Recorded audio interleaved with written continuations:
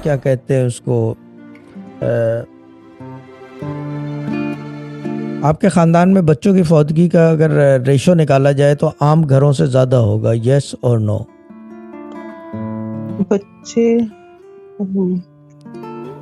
नहीं, ऐसा तो नहीं है। ऐसा नहीं मेरी है। सास के बच्चे हाँ, फोर्थ हुए हैं, ठीक है, यानी कि लेकिन रेशो वाइज बाकी अगर निकाला जाए तो सास के बच्चे तो आपके घर के बच्चे हो गए ना, या ये नहीं मानोगे जी वो शौहर मेरे शौहर की माँ नहीं है? नहीं नहीं हाँ नहीं, ऐसी बात नहीं है। हाँ जी, उनकी तरफ से हैं। हाँ है ना, यानी कि आपका घर तो वो बन गया है ना, अपना घर तो सरस्वती तेरा घर है मेरा घर, सरस्वती भी चली गई, शादी भी हो गई उसकी, ठीक है ना।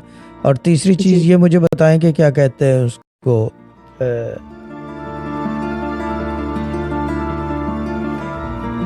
ससुर हैं हयात या इंतकाल हो चुका है, यस और नो?